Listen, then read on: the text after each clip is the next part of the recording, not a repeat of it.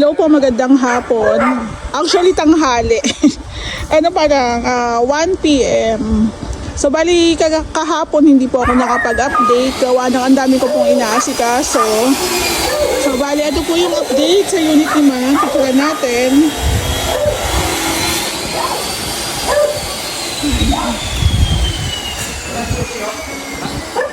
So, bali, ito po yung new project namin dito na Angelique Tana House na N-lot, corner lot. So, bali, ito po nung mga nakaraang araw is pinapahukayan po muna namin before po kami mag-start. Ayan, nandito po muna ako sa lilim. So, ayan. So, ito po yung sinasabi ko sa inyo na kung hindi po natin ihahalo yung mga lupa na nahukay, hindi po hahalo sa mga materyales natin na i-deliver. So, imagine, ganyan karaming CHB, tapos buhang tsaka graba, bakal. Wala na po tayong space na paglalagyan. Ayan po. So, bali yung ating CHB po is partial pa lang, 450 pieces. Tapos, 3 mini dam na buhangin. Pero ito po is isang mini dam lang muna yung pasok. Pati po yung ating graba is 2 mini dam naman yan, pero isang mini dam din ang pasok niyan para hindi po sila nakakalat yan sa may kalsada. Ayan po. So tara, bilada tayo sa araw. Ayan. Ayan po. So shoutout ko lang po pala si Ma'am tsaka si Sir. Meron po kaming GC, 3. So doon po kami nag-uusap-usap kung ano pong kaganapan. Ayan, picturean po natin. So doon nga po pala sa project din namin dito sa phase 5 na 327, nabuhusan na po namin yung pinaka-slab. Papatuyuin po muna namin, tapos pwede na po kami ulit mag-proceed. Pero since nagpapatuyo pa po kami ng slab, dito po muna yung aming team. Ayan po, may mga tinamaan na tubo, pero babaguhin na lang po natin yan. Ayan. So ito po yung sinasabi ko sa inyo na kasama talaga sa property line yung pinakasukat. Kaya tatamaan po talaga yung pinaka-poste ng metro. Ayan. Ito nga po, yung pinaka sa street, tatamaan din po siya. Siyempre, umatas na lang po kami, di ba? Pero kasama po yan sa property line. Ayan po. Ito po yung CHB natin na 4 po ang sukat. Ang size pala, ayan. So, bali... Nandyan. Dito. Yung poste. Labas? Oo. Dito. Labas na? Ayan. Ito yun. Labas na. Yan. Ayan. Ayan. Hindi tayo pwedeng ano. Ganun ba dito? Para mga masalito. Tandaan mo na. Kasi nakaano naman eh. Hindi, madali naman. Nakaplat naman yung ano. Gigitnaan ko lang to ng 30 eh. Ayan. Nakaplat naman siya eh. So, bali, kung mapapansin nyo po sa pinaka-renovation namin, iba po yung nagtatrabaho para po sa paghuhukay, pag-aasintada. Pinagda ka ng ano, napunta dito. Mag-uubos ka nga mamaya. Anak ko may ari. Walang pang... So, ayan nga po, continue tayo. Kung mapapansin nyo, iba po yung sa starting namin, iba rin po yung sa finishing namin. Ayan. So, bali yung poste po natin dyan is according po yan or naka-base po yan sa planning. Ayan po.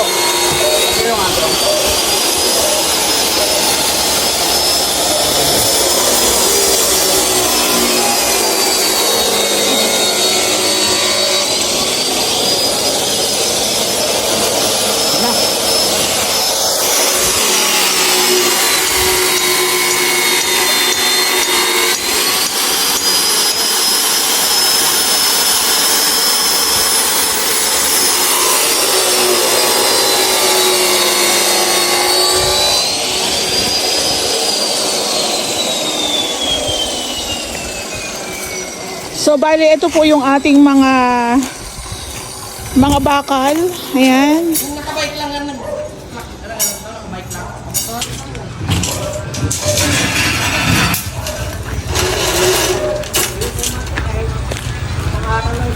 So, bali, ito, mas malinis po siyang tingnan kung ganun po yung magiging discarte natin. Hukay muna, tapos hakot, papahakot natin, tapos saka tayo magpapakot ng mga materyales.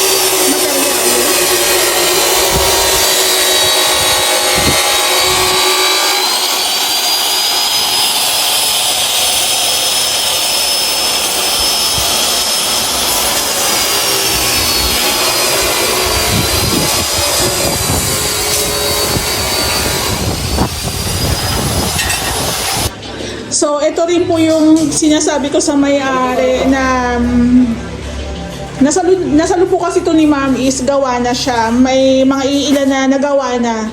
So, nakatiles na rin po siya. Sabi ko kay ma'am, magpapasok kami ng materyales. Hindi po talaga pwedeng hindi namin to madamage o magasgasan. Kahit ingatan pa namin kasi malalaking materyales po ito eh. Actually, hindi pa nga po to yung todo na materyales pa ha. Wala pa po yung mga ibang materyales dito. Yung ibang tools namin, wala pa nga po dito. So, yung mga kailangan namin ipasok sa loob ng unit, talagang andito po lahat sa baba. Kaya ito, nag-decide si ma'am na lahat po ng tiles dito sa unit is papalitan. Tulad po ng nasabi ko sa inyo, pag naka-tiles na to, tapos yung extension nyo wala pa, possible pag bumili tayo ng ganitong tiles, hindi na po same ang color. Kumbaga minsan medyo may pagka-bluish, minsan naman light lang, di ba? Kaya po pag nagpagawa po kayo ng unit, mas maganda po talaga. Kung mauuna lang yung taas, taas lang muna. Ipanghuli nyo po itong baba, i-tiles. Para in case na meron na kayong budget para sa extension, pag pinatiles nyo po yan, sabay na. Mas maganda po kasi pag iba-iba, imagine nyo, kalbawa ang tiles nyo dito is white, tas dun brown. Di ba? Parang hindi maganda. Kaya po yun yung sinasabi ko sa inyo sa pagdating po sa renovation, pag second floor po yung unit nyo, yung first floor po talaga is tambakan ng materyales. Magagasgasan, madudumihan, talagang given yon, given po talaga yon. Ayan, andito, iilan pa lang po yung materyales na to kasi yung iba po nasa labas. Ayan. Hello po, good morning. Update po tayo. Ayan. So, okay na po yung water lines ni ma'am. Natanggal na po yung... May butas. may butas. Ito. Kaya maaga po ako ngayon kasi kailangan ko tong i-check. Ayan, si Prime Water po ang mag-aayos niyan. So, bali ito po is pinalakal. Baka tinamaan yan o matagal na. Itong PVC niyo po, sinirang ko yun doon. 5 yung kinuha ko, nandyan yung 4. Yung sumuha ang palitan na lang ako sa doon pa. Oo. So, bali ito po yung metro ni ma'am na napadlock nung isang araw. Pero kahapon din naman na-unlock na siya. Kaso yun nga, may leaks.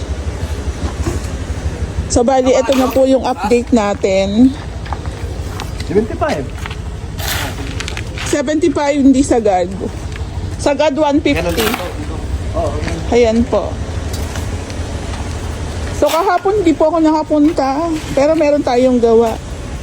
Ayan. Sino na lang buhangin dito? Yun na lang. Pa-deliver ako. Bali dito po yung pedestrian ni ma'am. Tapos dito naman po yung kanyang main gate. Ayan po. Ayan o. Dito na tayo gumaan sa likod.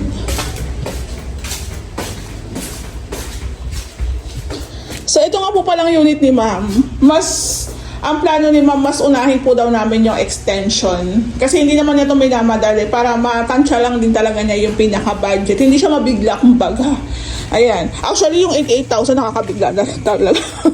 Ayan po.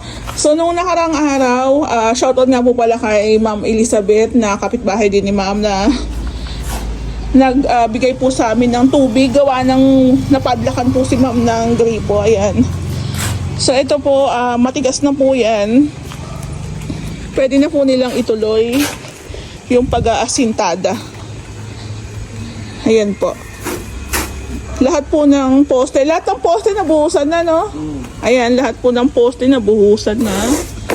Ayan po. Kaso mainit lang talaga na ko, itim ka lalo. Kasama sa trabaho mo? Kasama sa trabaho. Maga pa naman. Hindi natin ito dito para na. Para dumikit. para nakakapit din. May pinto din dito, bintana lang. Pinto sa bintana. Katulad. Oo. Ayan po. Ano ito malaki? Asintada na po sila Kuya Jay. Tinutuloy na po nila yung asintada. So, bali yung 450 po dati na CHB. Alam ko po kukulangin to kasi ano lang to tawag dito. Corner lot kasi yung kay ma'am. So, medyo marami-raming kakainin na CHB po ito. Tapos, wala na po kami buhangin. Ayan. Bali, pwede ko na pong ipapasok yung isang mini dam ngayong umaga. Ayan po.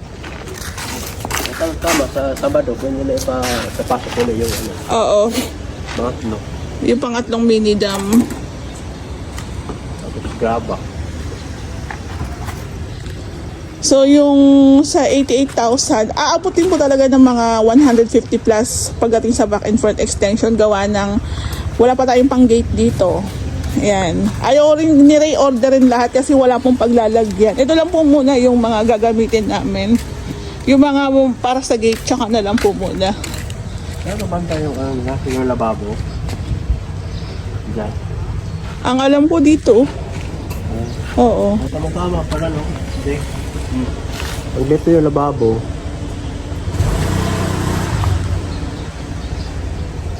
dito na tayo maglatag ng tubo. No? Kapag ganun, connector dito. Sana yung no, dito. Sige, ingat kayo dyan! Hello po, magandang hapon. Update po tayo dito sa unit ni Ma'am. Saturday update. Ayan, hinabol ko talaga makapag-update. Gawa ng Sunday, pahinga naman po tayo. So, bali, bago po mag-expired yung ating gate pass, February 12 po yung expiration ng ating gate pass. Bali, pinapasok ko na po yung ating natitira pang buhangin tsaka graba. Ayan po. Para may magamit po kami by Monday. Ayan. So, as you can see, lahat na po ng posting bakal is nakatayo na. Then, nakapag-asintada na rin po tayo dito sa unit ni Ma'am. Ang bilis lang, di ba? So, ito rin po yung kagandahan sa team namin. Gawa ng, sila po as starting team, alam na po nila yung kanilang trabaho o gagawin. Basta well instructed din kay Ray, madali na lang po nilang sundan yan. So, meron pa tayong mga natitirang mga semento dito. Ayan. So, madali na lang po magdagdag kung sakaling kulangin po kami. Usually naman sa ibang materials po namin sa back and front extension is partial pa lang. Since maliit po yung pinaka-unit ni Ma'am, yun nga, nag-decide po si Ray na wag po munang orderin lahat ng materyales. Yun lang po munang gagamitin. Actually, buhangin tsaka graba pa lang is talagang masasakop mo na yung kalsada. Kaya nga po, pa-isa-isang truck po ang pasok namin yan. So, kailangan po namin nagamit na sa buong isang linggo gawa ng mag-e-expire po yung ating gate pass. And na-inform ko rin po si Ma'am na yung gate pass po namin is pinapautos ko na lang po sa aking runner. Then, nagbabayad na lang po kami ng 250 pesos. Ayan po. Hindi ko po kasi caring pila-pila para po sa gate pass gawa na meron ako mga estudyante. Si Ray naman po is gumagawa rin po siya kaya hindi po siya pwedeng magpila-pila. So, ayan. Halos nabakuran na po namin ng pinaka-extension ni Ma'am. Ayan po siya. So, in case po na kulangin pa po kami ng materyales, pwede na lang po kami mag-add ng iilan. Ayan po. So, ang kontrata po namin kay Ma'am is labor lang po kami dito. Then, yung materials po is hiwalay. Pero ako na rin po lahat ang nag-aasikaso. Then, pinu-forward ko rin po kay Ma'am yung resibo. Gusto ko po kasi yung transparent po kami. Ayan, para hindi rin po mag-isip ng hindi maganda yung aking client, diba? So, yun. Ganun po sa amin sa Ray House Makeover. Kahit asikaso ko na po yung pagpasok ng mga materials, okay lang po yun sa akin. As long as wala pong masabi sa akin yung aking kliyente. Ayan, transparent kami. Lahat po ng resibo dito is malalaman at makikita ng may-ari. Ayan, ma'am. Thank you po ulit sa pagtitiwala sa Ray House Makeover. Ayan, ma'am. So, ito na po yung update sa unit nyo. Back and front extension po muna ang uunahin natin bago po yung loob. Hello po, update po tayo dito sa unit ni ma'am sa phase 5. Bali, inuunti-unti na po naming buhusan ng mga poste. Ito nga po nabanggit ko rin kay ma'am. Actually, nabanggit din sa akin ni ma'am na doon po sa mga previous project ko na tapos na pong gamitin yung mga kahoy para sa islab. Sabi ni ma'am, isasaluhin na lang daw namin. Ayun nga po ma'am, dahil po doon sa isang project ko, halos natanggal na rin po namin yung para sa mga poste. Kinuha na po namin at nilagay po dito sa unit. Hindi ko lang po na-mention sa inyo dahil sa sobrang busy. Ayan po. Tama po si ma'am. Once lang naman gagamitin, kung naka-line up po kayo sa Ray House Makeover, pwede po natin yan saluhin. Kasi kung bibili po tayo, lalo na ganito kalaking extension, naabot din po siya ng 10 to 12,000 plywood pa lang, tsaka po mga coco lumber. Medyo pricey rin po talaga siya. Kaso yun nga, sabi ko nga po sa inyo, kung sa amin kayo magpapagawa, pwede po nating saluhin. Kasi goods pa naman po siya. Actually, ano siya, pinolik board siya, makapal. Then yung ating mga coco lumber na panukod. Ayan po. So, mapapansin nyo yung ating semento dito, asintada. Maayos naman po yan once na plastering po tayo. Ayan. Importante, hindi po natin siya matipid sa materyales. Ayan po. So, bali, nagsiset up na rin po sila sa biga. Meron din po sinabi sa akin si ma'am. Actually, ma'am, ganun na po talaga yung ginagawa namin. Inuuka po namin yung side ng unit ni Lumina para po makakapit tayo para sa biga. Ayan, hindi ko lang minsan napapakita sa aking vlog kasi minsan pag nagbubuhos na po sila para sa islab or nagsiset up na po sila ng saping, hindi ko na po siya nakikita or naaabutan. Kung mapapansin nyo yung mga ginamit po namin kahoy is mga luma na. Actually luma, pero pinagamitan din po namin yan. Ayan po. So, bali, ito is waiting po kami dun sa isang project ko dito rin sa phase 5 para po dun sa mga gagamitin namin pangsapin po sa ating islab. Ayan, okay lang din naman kay ma'am kasi menos na rin po yun sa gastos. At the same time, yun nga, once lang gagamitin, after nun, sana ilalagay, diba? Sayang. So, halos sunod-sunod po yung project ko na may mga kasamang extension. Kaya malaking bagay din po yung makaless tayo. Ayan. So, ayan ma'am, waiting lang tayo para sa pagsasapin ng ating pinaka islab. Ayan po. Kami na pong bahala dyan ma'am. Ilalagay ko po dito sa aking vlog kung paano po yung pinakagawa ng Ray House Makeover. Ayan, nagsiset up na po sila ng mga beam. So, kung mapapansin nyo, minsan may gawa kami, minsan wala. Kasi nga po, pinapatuyo pa po namin yung mga poste, mga asintada. Hindi po kasi pwedeng pataasin agad, di ba? O kaya galawin agad. Kailangan pa yan ng mga may curing process pa. Ayan po. So, bali, ito na po yung the rest ng mga coco lumber po na pinaggamitan dun sa isang project din po namin dito sa phase 5. Bali, pinadeliver na lang po namin or pinahakot na lang po namin sa Raybel. Bali, nag-charge na lang po kami dito sa paghakot. Ayan po. So, sa materialis pa lang po sa kahoy tsaka sa pinolik board is aabot na rin po tayo ng 10 to 12,000. Ayan, malaking bagay po na sumalo po tayo kasi pwede pa naman siyang magamit.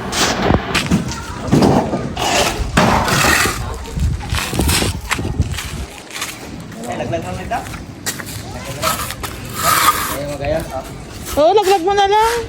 Gagamitin din naman namin yan. Nanda lang, para hindi na masira.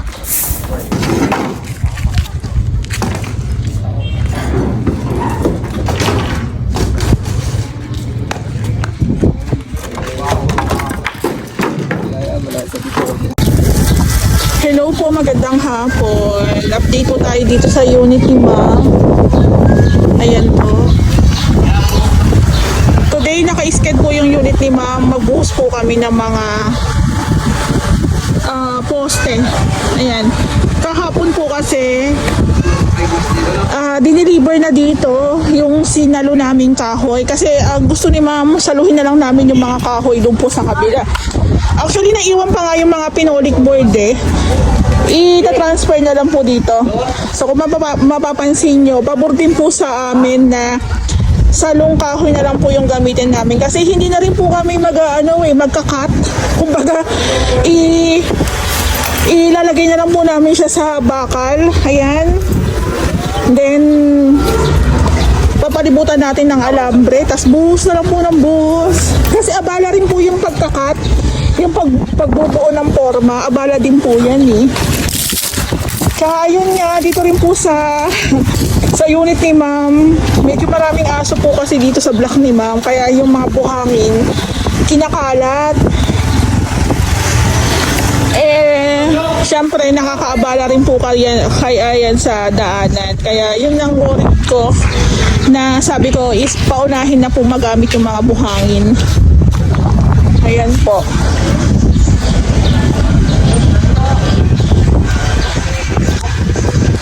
Ayan dito po sa unit ni ma'am, halos 4:30 na.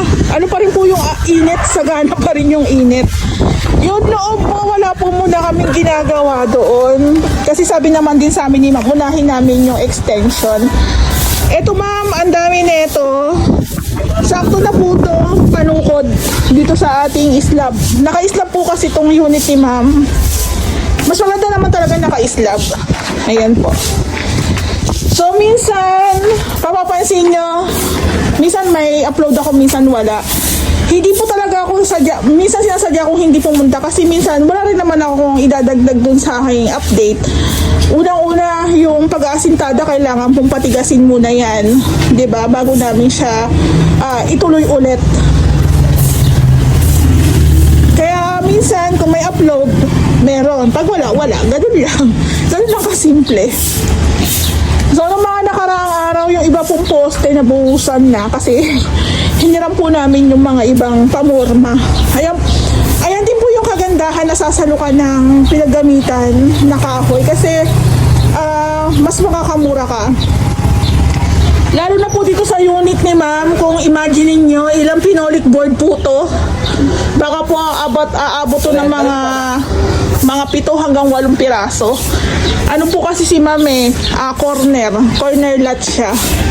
So yung the rest ng pinolik board is gagawin pang pamorma siguro sa isang unit. Pag bumili ka siguro mga 10 to 12 pieces na pinolik board. Ayan. So pag may ganyang salo na lang kasi malaking less din po talaga pagdating sa materials. Pwede mo nang pambili ng semento yun o kaya ng buhangin. Ayan po. So eto po, bakas po sa mga susunod na araw, pwede na rin po sila mag-setup para sa sapin ng slab. Ayan po. Dito po kung mapapansin nyo, mababa lang talaga dito sa part na to kasi 75 cm lang talaga dito. Hindi pwedeng isagad ng taas. Yung hap po natin, 75. Tapos grills na po. Grills na po, 150 lang ang sukat natin dyan. So lahat ng poste, nabuhusan na. Ayan po siya.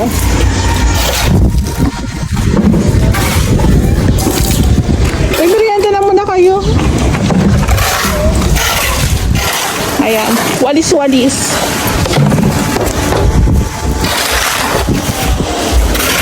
So sa amin po kailangan after ng trabaho kailangan maglinis.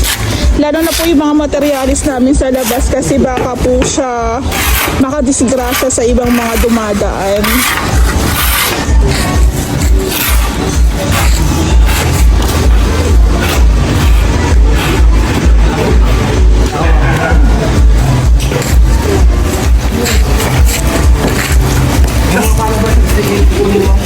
Mas matibay pa yung sa kabila, no?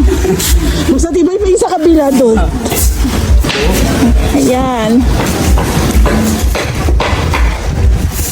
So sabi ko po kay mag-order po kami ng iba, the rest ng materials pag nagamit na po namin to. Kasi yun nga, wala rin po kaming pagtatambakan. Although corner si ma'am, kaso syempre daanan po siya. Tsaka malit lang din po yung unit.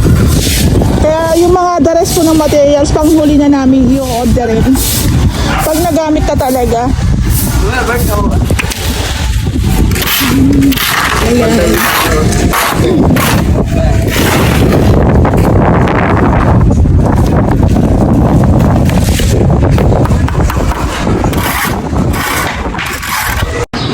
Hello po, magandang hapon. Update po tayo dito sa project ko sa Phase 5. Marami po kami project dito sa Phase 5. Ayan. So, bali, last week, yung mga poste po dito sa may harapan is nabuhusan na po namin. Ayan. So, tinanggal na rin po namin yung mga pamorma. Ito naman po namin siya gagamitin sa ating slab. So, naglalatag na po sila ng sapin para sa ating slab. Medyo rita-ritaso po yung aming cuttings, gawa ng corner yung kay ma'am. Ayan po.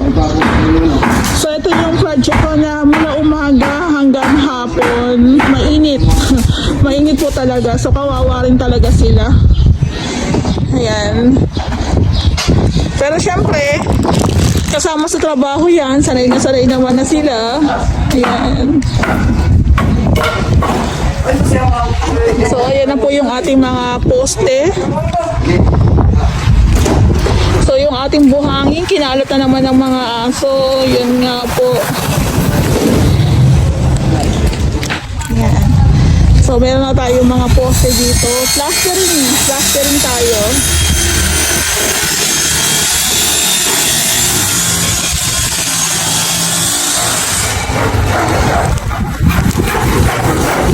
Sinamahan yung baldi.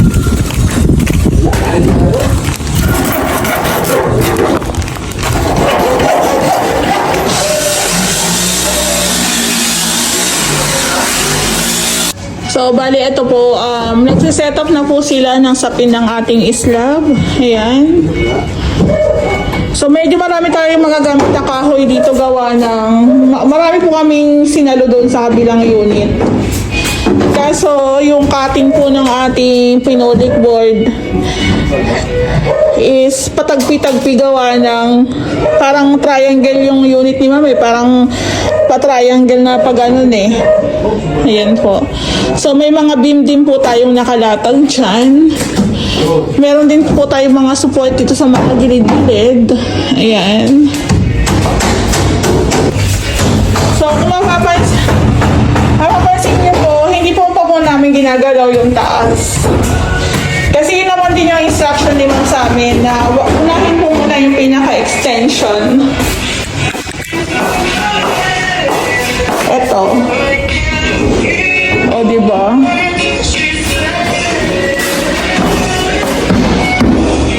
Ayan.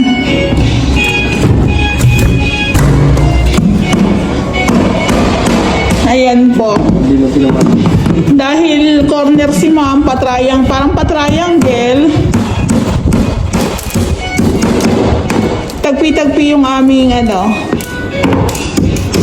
sapi ng slab. So, bali, dito po sa pinaka-wall ni Lumina, sininsil po namin yan para makakapit po yung ating pinaka-beam. Ayan. So, bali, gumamit po kami ng chipping gun. So, bali po, i-chipping gun po natin yan para po maitusok po natin yung ating mga bakal na ilalatag. So, maganda rin po na hindi po muna kami gumalaw dito sa taas. Hindi po muna kami nag-install ng tiles kasi inuka po nila yung gilid dito para makakapit po yung pinaka-slab natin. Ito po yung tagpi-tagpi yung tiles gawa ng ayun, nabitin na. Yun po yung sinasabi ko sa inyo na once na bumili kayo ng tiles, mas magandang may pasobra kesa po kulang. Kasi tulad po nito, actually okay na sana siya kaso ayaw ng may-ari na, salo po kasi to, salo. Ayaw din po kasi ng may-ari na may mga ganyan-ganyan. So, replacement na rin talaga. Tapos, gusto rin naman may hallway. always siya. Tapos, kung mare-recover pa po namin yung mga hardiplex ng maayos pa, pwede namin siyang ibalik. Tapos, PVC panels po ang gagamitin namin. Yun din po yung gusto ng may-ari. Ang naging worry po namin dito sa Unity Ma'am, kasi yung mga wirings po, ayan no. Ito po yung gawa ng dating contractor.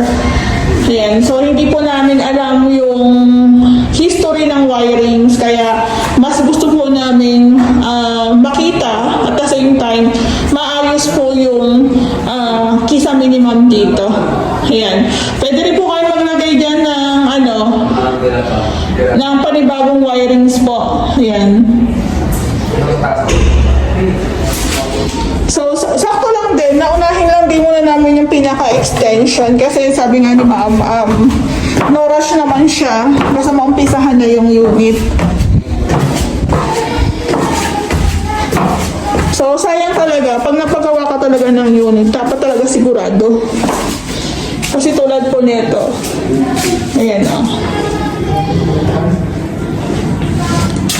So, bali yung mga ginamit po namin dito sa Unity Ma'am is mga retaso na po ng mga kahoy na pwede pa naman. Ayan.